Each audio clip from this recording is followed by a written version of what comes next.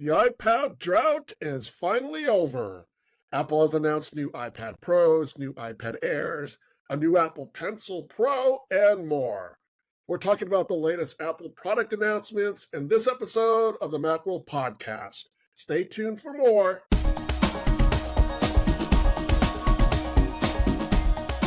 Welcome to the Macworld Podcast. I'm Roman Loyola, here with Jason Cross.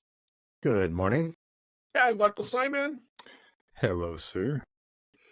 Apple held its May 7th event, and the company let loose several overdue updates to the iPad Pro and iPad Air.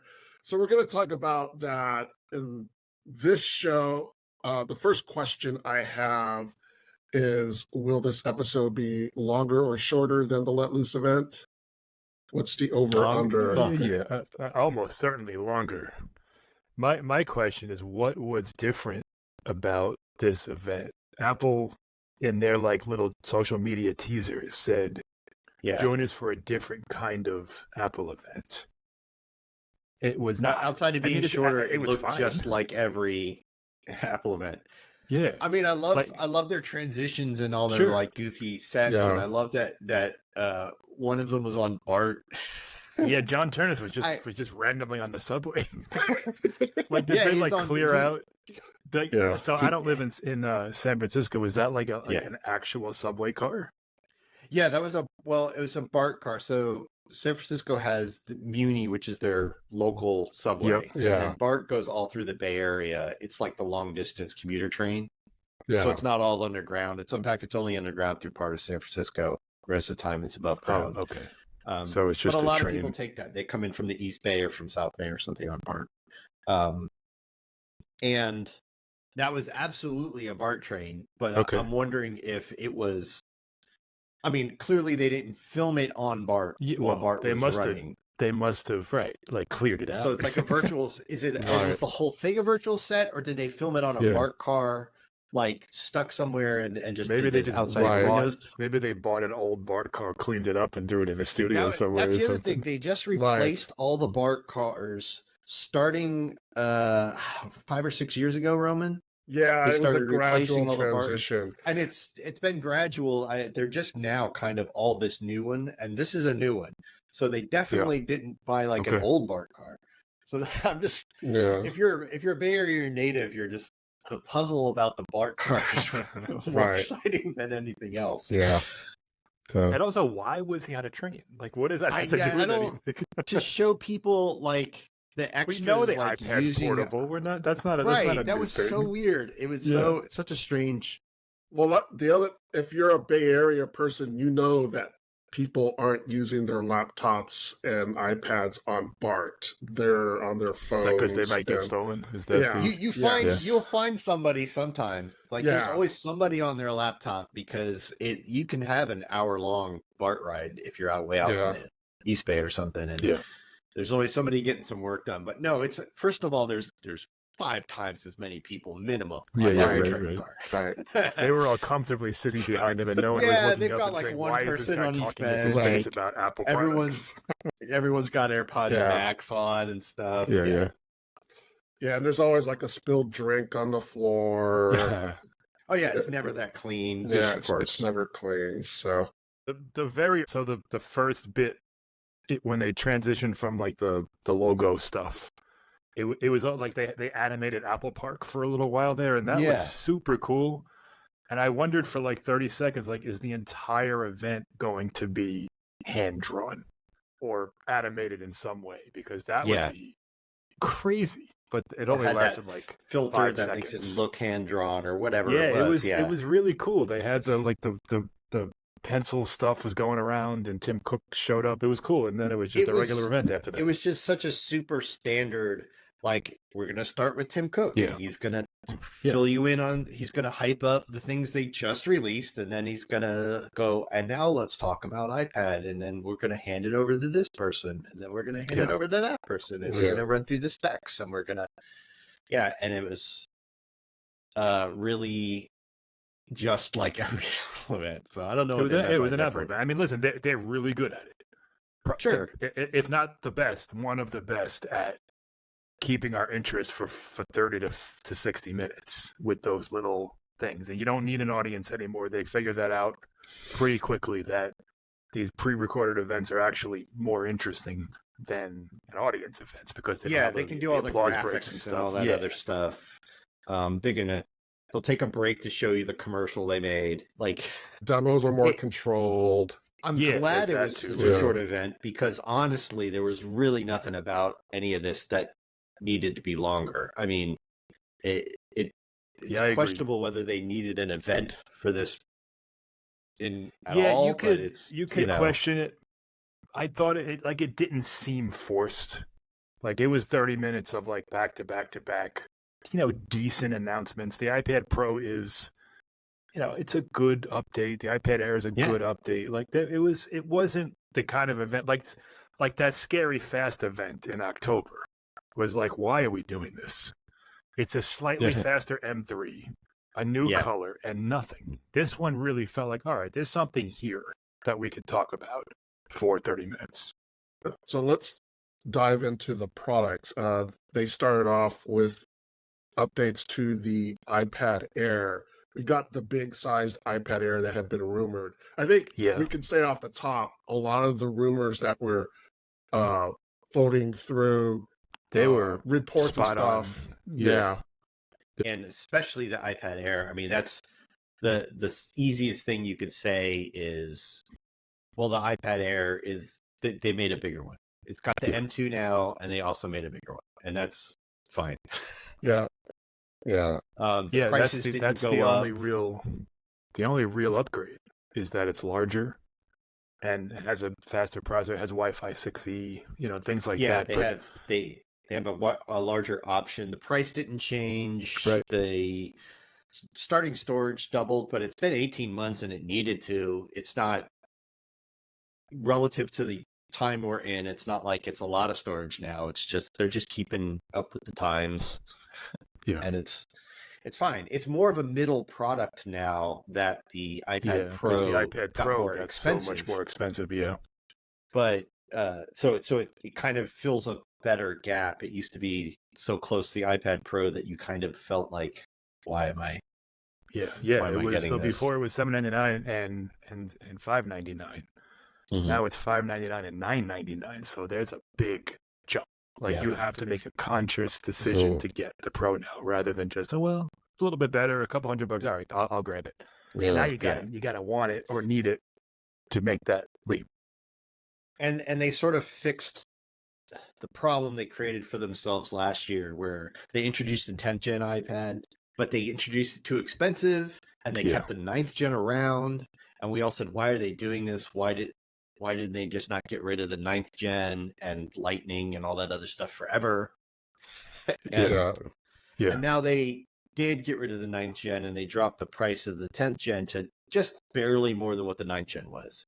That used to be $329. This is now $349. $20 difference. If they had done this when they introduced the 10th gen, that would have been good. They would have sold a ton of them. For $349, that is a hell of an iPad. It's it's what it needs to be. I mean, it's that before they introduced that, we said, oh my God, the iPad, the entry level iPad is treading water. It hasn't improved anything but just getting a new processor every year. It doesn't, the industrial design's old, like, come on. And then when they introduced it, they actually didn't get rid of the entry level iPad. They just made a new, more expensive thing. And we're like, no, why? Yeah. At $449, it didn't make a lot of sense. No. The Mini's $499. The iPad Air is $599. The old iPad, the 9th gen with the home button, was $329. And this one was just in no man's land at $449. And it wasn't enough of an improvement to justify it or anything. Right. Yeah. But at $349, it's a great iPad, and within like 3 or 4 months, that'll probably be down to $299 on Amazon for Black Friday, and that's like really good. Yeah, they really need that sort of $350 iPad. Yeah, as a starting point. for people because there's so many people who buy an iPad as this is the digital storybook distraction device for my kid. For sure. I'm not going to spend money on something they are definitely going to destroy, or lose or whatever. Right. But for the $20 that the 9th gen was, you're getting bigger screen, better processor, modern design, USB-C. I mean, it is just across the board. Way more than $20 to that better credit, than that. The 9th gen shouldn't have been. It probably still was $329. Probably was too high. It probably was too high. It was. I mean, it was just ancient design, ancient tech. Yeah. So that was a good move. I'm glad to see them kind of price correct that and $100. Like I would have thought a price cut would have brought it to $399, but $100. That's 25%. Like that's a big cut to not quite 25%, but close. It was just, but it was so overpriced. It was, but Apple doesn't usually admit that. It's rare that Apple actually does that without. Like I can see it coming out the new model, cutting some stuff back, but this is just a straight price cut. It's rare. Yeah. Their margin is probably $100 or $80 or something still. So I'm sure they're still happy. They're making their 30%. Yeah. So back to the Air. So it now has an M2 processor. Were you guys surprised that they went with M2 instead of M3? No, not for that. I don't think any. No, I don't even think it needs an M2 to be honest with you. No, it doesn't, and I wonder if any of iPads are gonna get an M3. Like I wonder if next it seems as though it's even gonna get an M3. Like they'll jump to M5 on the Pros and maybe M4 on the Airs or something like that. Yeah. The M3 seems like it was kind of late getting released. Mm-hmm. It was like the M2 and stuff was in the summer, and then the M3 was like a year and a half later, and then now we're back on the summer, and it just feels like it's a weird product that they want to move on from, and it's fine. That's a lot of juice, man. A lot of people buy an iPad and hang on to it for 6 or 7 years, and I have a feeling that's going to be fine. Yeah, for sure. Like an M2 iPad Air is going to do you for a long time, unless you're editing 4K video. Yeah, it'll be interesting to see what kind of cycle they have for these iPads. If they're going to do an annual cycle or if they're going to do something a little longer, because as you guys pointed out, these iPads have plenty of power, and it's not, the hardware isn't the problem in terms of performance or anything like that. It's software. We could talk about that a little bit, but that's part of the discussion of the Pro for sure. Yeah.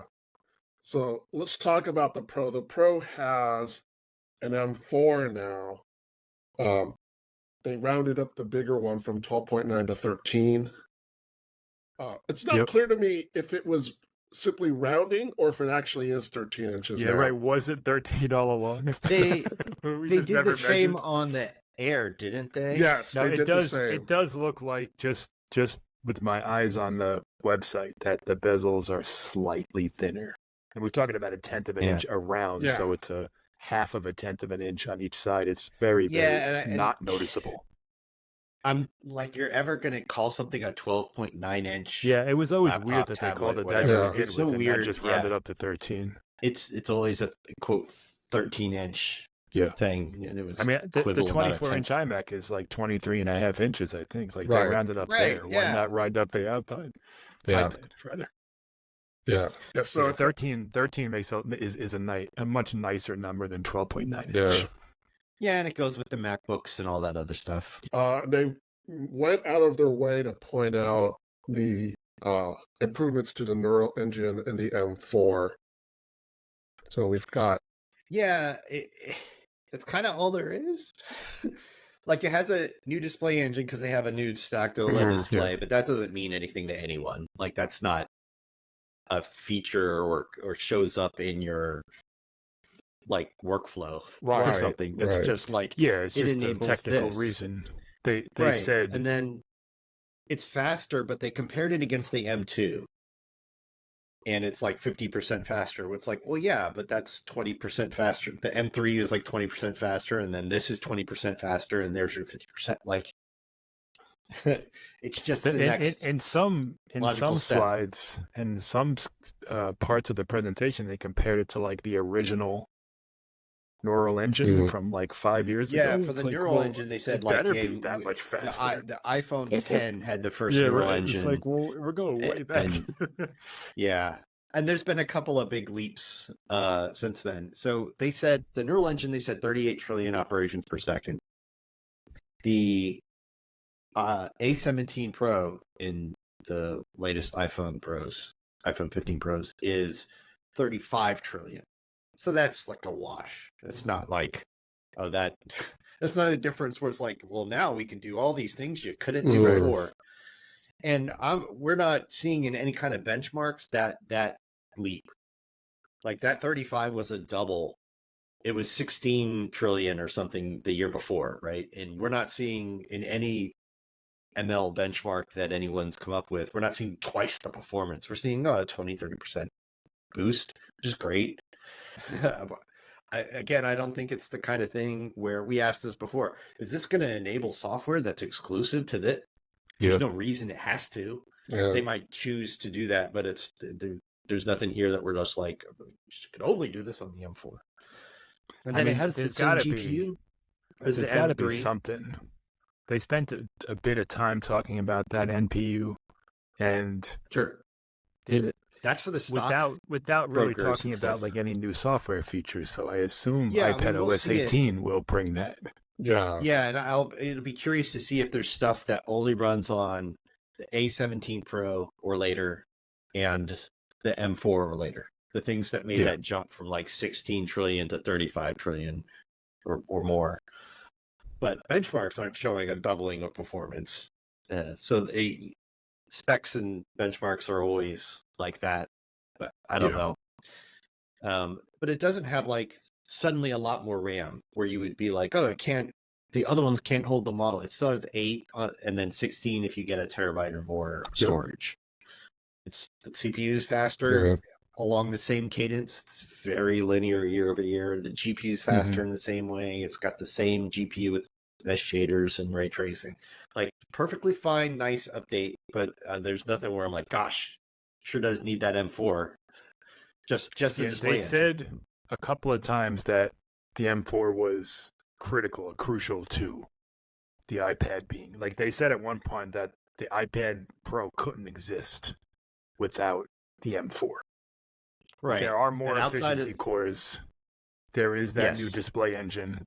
So, perhaps because it's so thin, there's less battery, so the efficiency makes the CPU run cooler and lets it hit that 10-hour battery benchmark that Apple loves so much with the iPad.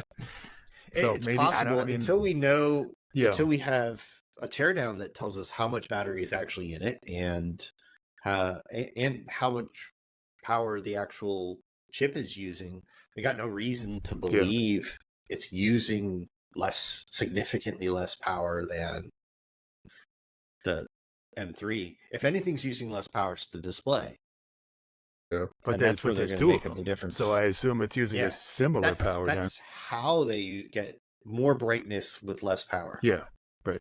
Is by having, because there's like a non-linear. The brighter you go, the more power it needs. It's like non-linear. That's why you save so much battery life turning down your brightness just a little on your phone, right? So that's why the stacked OLEDs, it lets them, instead of cranking the OLED up to 100, it lets them run each OLED at like 60%, which is like 30% the power. And it's a big power savings. And you get brighter without burning out the OLEDs and all that stuff. Yeah. It's not a new technology. They had to brand it tandem OLED and all this stuff, but stacked OLEDs exist. It's a thing. Some TVs and stuff. Yeah. I'm not aware of any tablets that use it. I can't wait for them to put it on a MacBook. That'd be awesome. But it's cool. Yeah, so we had the new display, the new processor, the camera, the front-facing camera is now on the landscape edge. Landscape camera finally. For the Air too. Or both of them. Yeah, for the Air. For all the iPads except the Mini now. The which Mini I assume will get its update in the fall or something. Yeah. What else am I leaving thinner out? was such a talking point, and I think it is, especially the 13-inch model is a lot thinner. They said it's thinner than an iPod Nano, so it's like the thinnest thing Apple's ever made. That's one of those things you can't get across in a video, but when you hold something that big that's that thin, it feels really neat. Yeah.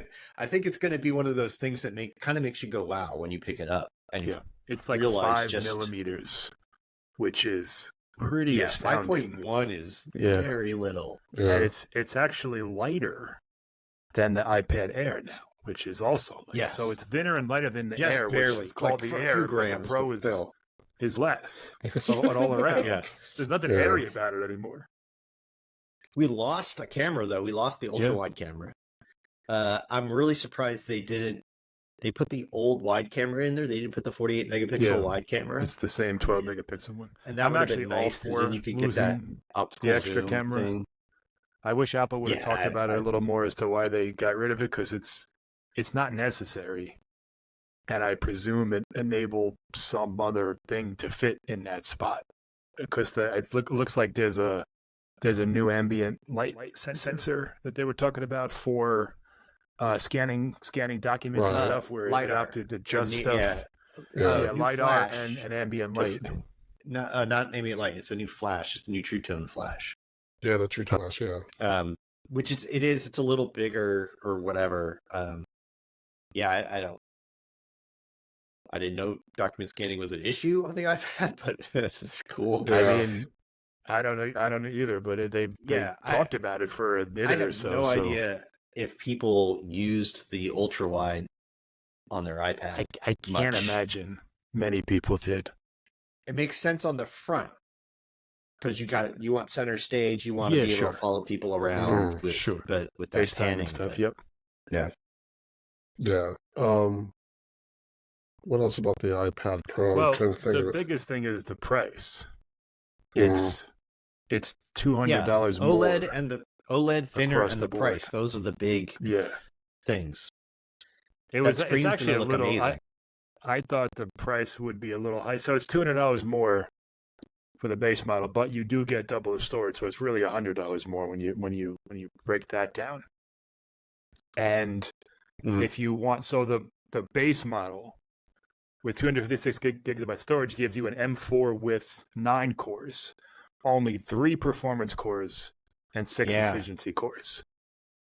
I don't really see that as a problem in the iPad. I think 3 performance cores are more than enough that you're probably going to need. But if you're spending that much to get, it's kind of like the MacBook Pro thing where you're still getting 8 gigs of RAM. It's like, I'm spending a lot of money on this thing, and you're giving me a processor that's, not as good. Or how they sometimes would remove like disabled GPU cores on the cheapest one. It's weird that they did it on.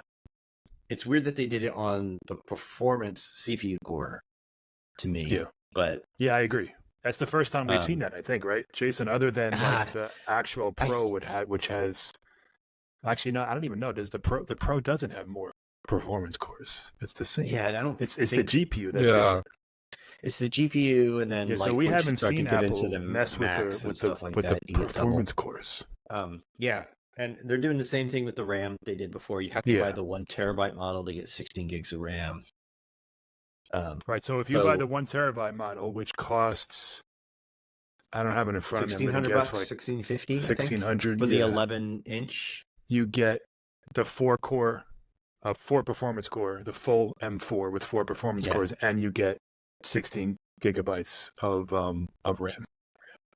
Only with the 1 and 2 terabyte models.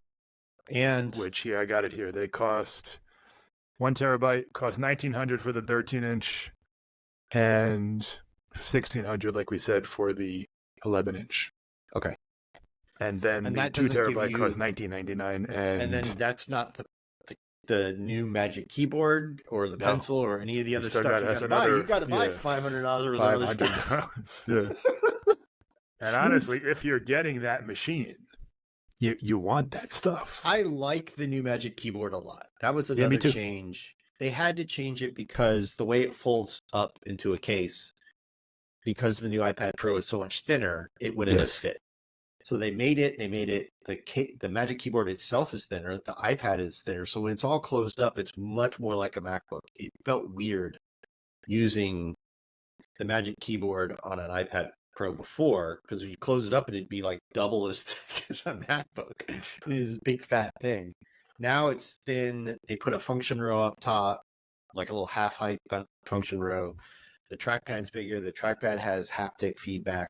And they have an aluminum, sort of the keyboard deck side is aluminum, not the outside of the case. But it's like all together. I mean, I've loved the Magic Keyboard. That was one of Apple's best products. It's a great accessory. It's like way overpriced, but it's really nice. But and so the new one, it only works with the iPad Pro. It's the same price, which makes you feel bad for everyone who gets an iPad Air and has to pay the same for like a worse Magic Keyboard. Yeah, but it's it's a really nice update without updating the price. It's still too expensive, but it's a great accessory. And I bet it's gonna be awesome. It's gonna feel. Now you're just being mad that the iPad OS software is so limiting. You have this great MacBook-like experience. You're like, how come I can't open two PDFs? It's always been the thing, and they make the iPad better and better and better. And iPad OS still has this slow pace of last year's iOS updates. Like there's nothing, we haven't gotten the meaningful, other than Stage Manager, which they won't even really talk about. That's the only like iPad OS exclusive thing or specific thing that we've gotten in years. I still just can't deal with files. Like files is fine on my phone. Yeah. Where I just might need to get to some stuff stored on my phone occasionally. If I'm trying to be productive on a bigger display, I'm taking Finder over that Files app any day. That Files app drives me nuts. In a seriously productive environment situation. So on your phone you concentrate, you focus mostly on apps. You do things in apps. On the iPad, theoretically, you're focused mostly on files. So you want a better way to file manage. Like if you want to work on, say, a video edit, you're working on that particular file. Yeah. So, right. And you want to drop different video files into it and stuff, and they're stored in different places. And you don't want to use a file picker and stuff. You just want to drag stuff from your Finder. So the data first thing, once you start doing productivity stuff, it just feels like that's the paradigm they can't get around on iPad. They just can't. They don't want to do it. I mean, the best way to kind of make that jump would be when you dock it into the Magic Keyboard, a different kind of environment shows up. A different interface, like it's more of a desktop. Something more macOS-like with and if you want the other stuff, the iPhone interface, when you remove it, that's when that comes back. Like there's a way to do it, but Apple just doesn't want to. They're being very stubborn with. They have these, all day yesterday, or all 35 minutes yesterday. They talked about how the iPad is this powerful creative machine, and a Magic Keyboard makes it closer to a MacBook than ever. And then you open it up and you sit down, you spend $2,500 on it, and it's a big iPhone. Unless you're the kind of visual artist, 2010. Unless you're the kind of visual artist that's going to be drawing and painting and working with a stylus as a preferred medium, it's unmatched. Like having a Wacom tablet hooked up to your computer or something and drawing in one place and looking at it somewhere else. Being able to draw directly on a screen like that is the way to go. And having all that stuff, and they've really done a great job of making the stylus work. But not every creative thing is like that. Yeah. Yeah, for sure. I mean, podcasting, even all the music production stuff they do, like it's tons. They show all these music producers and stuff doing all this cool stuff in Logic, and it's great that they have Logic on there. But I guarantee you go into any studio environment, like actual music production studio environment, they are not all kicking it around on their iPads. Right. There's not it's a chance. It's the thing you use when you don't have a Mac in front of you. But if you're in a studio, you're using a Mac. Even the presentation itself, at the end, it says shot on an iPhone and edited on a Mac and an iPad. They can't even do it. Right. Yeah. Both. So new Apple Pencil though, that's nice too. Yep, Apple Pencil Pro number 4. We're getting there. Well, now that they no longer sell the 9th gen, it's only a matter of time before that's gone. But why is the matter of time not yesterday? Well, I mean, what did this still do? People have the iPads with lightning connectors, and you may not want to buy the pencil when you buy the iPad. You might want to buy it as a later accessory. So they still need to have it. People lose them, so they have to replace them. So what'll happen is Apple will look at their sales numbers, and once it hits a critical low, then they'll discontinue that pencil. Yeah, it'll only be available like when you dive into the store and you're under accessories, and you find, just like you can find like cases for old iPhones and stuff on there. So yeah, that's happening. And then also the 2nd gen pencil is only available again for like old iPad Pros and iPad Airs, because the new Apple Pencil Pro is an update to the 2nd gen pencil. Basically, yeah. It only works on the new Pro and the new Air, the M2 and M4 Pro and Air. But it looks and works just like the old. It magnetically charges and sticks to the side. I assume the reason why it's only those 2 models is because there's some new magnetic thing going on due to the landscape camera. They move the magnets or something. Yeah, or the charger coil or whatever. I think that's probably what's going on there. But the new pencil has some nice features. It's got sensors on the side, so you can squeeze it to like select brush width or get a tool window to pop up or something. You can rotate it. It has a gyro, so you can actually they used it to talk about how you could rotate it to like turn a brush that's like a shaped brush, which everybody wants to do, and it's just the natural thing to do. But a gyro means it's an accelerometer means it's knowing its orientation all the time and in every way, not just rotating a barrel roll. So that means all that stuff that people talk about, like, they'll have it for like Vision Pro, like a paintbrush you can wave in the air. That's the technology that was missing that'll enable that. Like gyro and accelerometer. And then what was the other new thing? Haptic feedback. That's the other thing that kind of everyone will want. I wonder what that does to battery life, but so that's a nice update. Same price as the 2nd gen $129. So it's basically just if you have the new Air or Pro and later it's the Pencil Pro. If you have the earlier ones, it's the 2nd gen pencil. And then the pencil with USB-C is sticking around as the cheap option that everything supports. Yeah. It's supported on the new ones, the old ones, the standard iPads, the everything. It seems like eventually it's going to be that USB pencil and the Pencil Pro, and then that's it. USB-C one. Yeah. But it's just a matter of how long do they want to hang around selling pencils that only work on models they no longer sell. Yeah. Hopefully not too long, because it's confusing. There's 4 pencils. We were joking yesterday on the Apple Pencil website. It says, "Need help picking out a pencil? Contact us." So like, right? It's like, just give us a call. We'll tell you. With 4 things and a bunch of check boxes, and then like a second chart that's a compatibility chart. Yeah, it's the compatibility is confusing. The features between them are confusing. It's a lot. It's a lot for us. If you're just a regular person buying a pencil, like, you have no idea which one to buy. At least we can say now that if you're buying a new iPad and you want the pencil to go with it, right? Then the Apple Pencil with USB-C supports everything, right? And if you want the features of the Apple Pencil Pro, that's only on the Air or the Pro, right? Yeah. For new iPads, once you start talking about like, well, I've got a year-old iPad, I'm thinking about getting a pencil. Oh, jeez. It's like consult the Magic 8 Ball about what. Yeah. To kind of top off the product announcements, Apple also introduced new versions of Final Cut Pro and Logic Pro that have AI-based features. I don't use either app, so I don't know how significant these features are. They seem cool, at least in the demos I did. So yeah. So I mean that AI stuff, they didn't talk much about it as we expected, but it's clear that they are like right on the edge of blowing the doors off their own little AI revolution, whatever you want to call it, thing. They've got to. I mean, we're about like 4 weeks away from learning like how all this stuff really works with AI.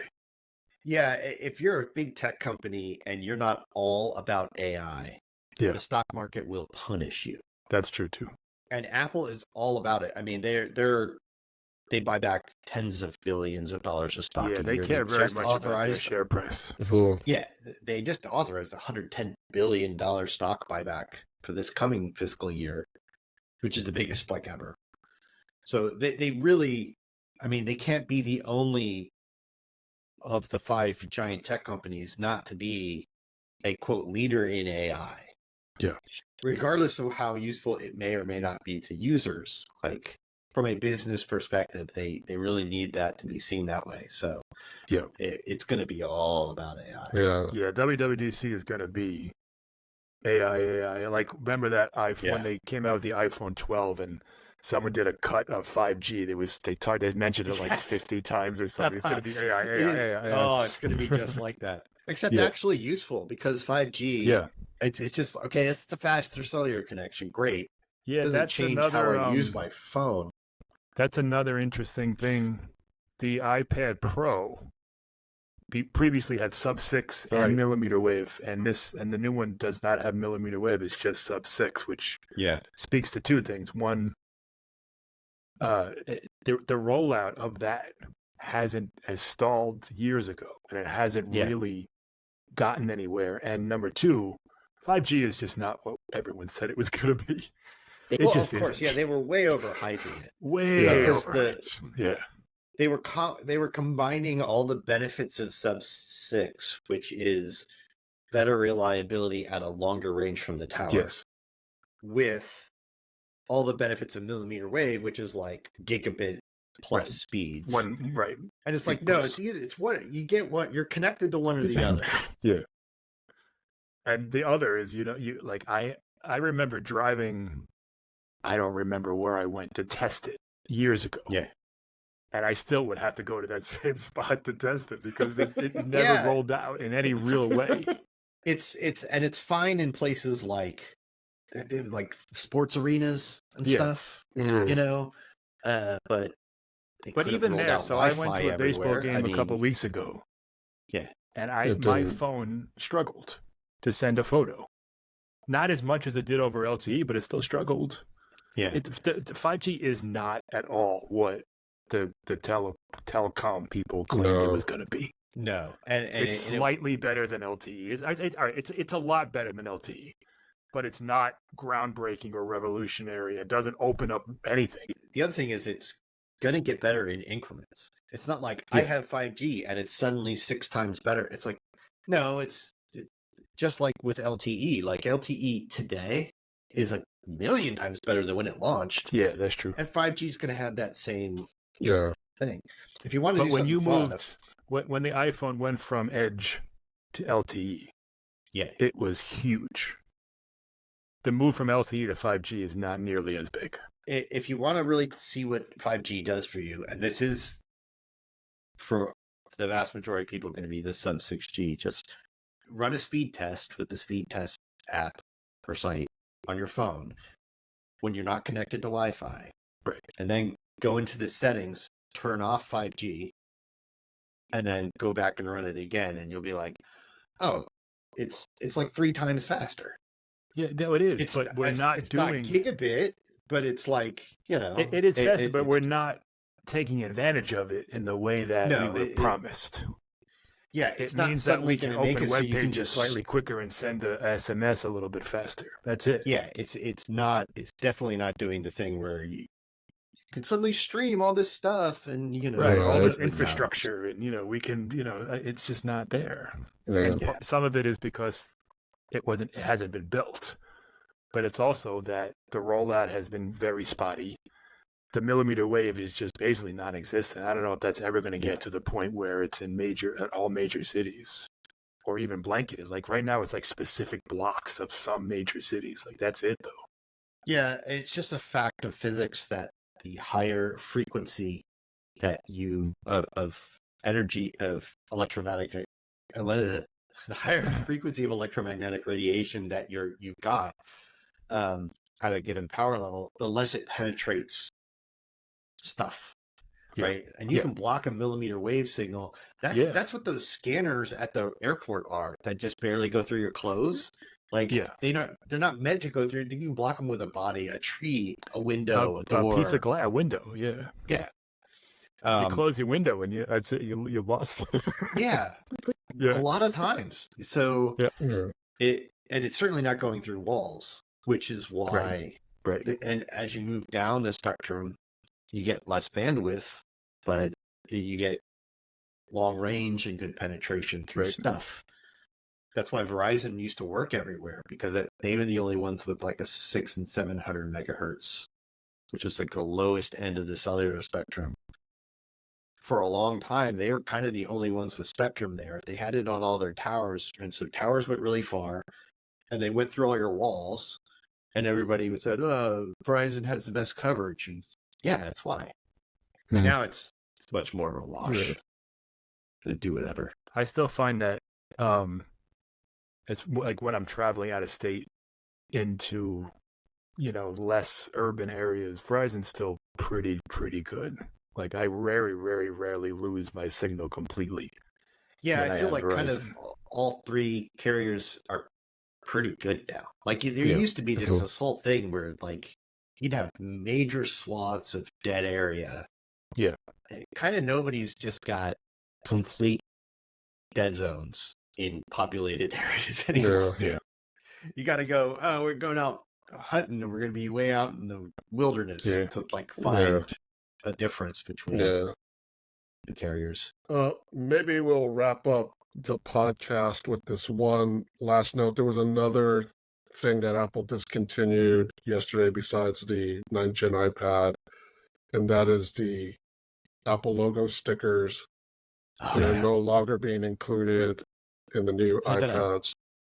So if you like to buy new Apple products and want stickers with them, they're probably not going to happen. The iPad Air, the iPad Pro, 9 to 5 Mac reported that they sent out a memo to Apple stores saying that, if somebody wants them, you can give them to them.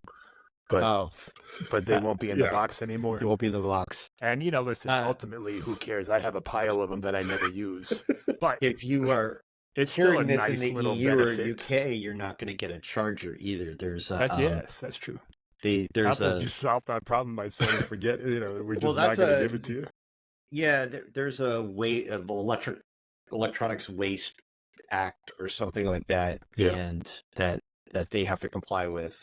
So there's no charger in the box there, and it includes the UK because the law precedes Brexit or something like that. There's some funny business there.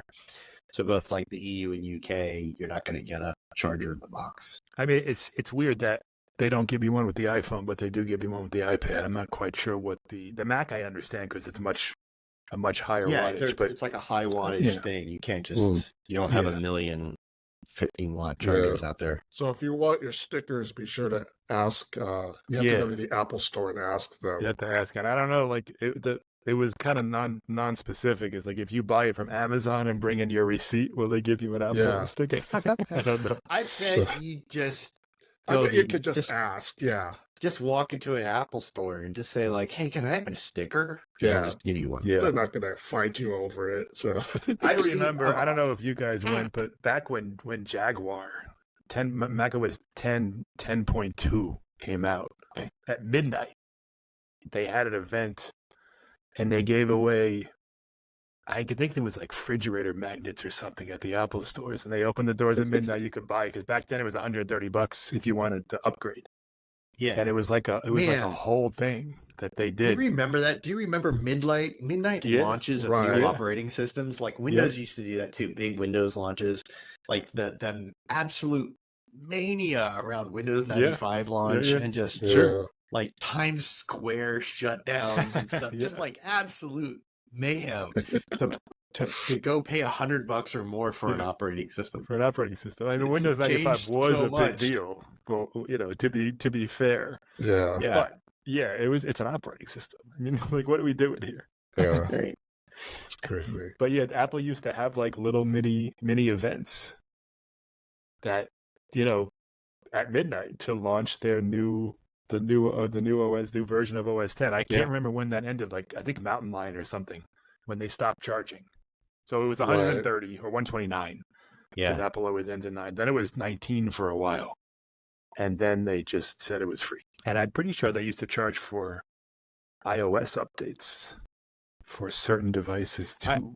Like $5 or something. I don't remember that. I think that was like a 1 or 2 off instance. There were a couple times where they had to charge based on a regulation in Europe. Yeah, but remember they would charge $2 for FaceTime when that came out. Yeah. If you didn't buy a new iPhone. Something Steve Jobs said they had no choice but to charge you for it. Everyone it had to do with covering the codec licensing costs or something like that. Right. Something like that. The open source FaceTime that never was. Well, we're about 10 minutes over the Let Loose events now. 47, I see. Yep. So you got more for your money from this podcast than Apple's Let Loose event. And we didn't even record any of it from Bart. No. We didn't crush anything either. At least on camera. Well, that does it for this episode of the Macworld Podcast, episode 883. Thanks to Jason Cross. Thank you. Thanks to Michael Simon. Thank you, sir. And thanks to you, the audience. Thank you for tuning in.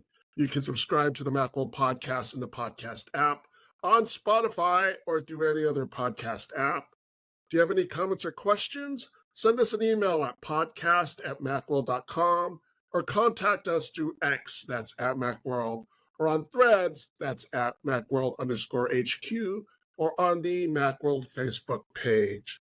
Join us in the next episode of the Macworld Podcast as we talk about the latest in the world of Apple. See you next time.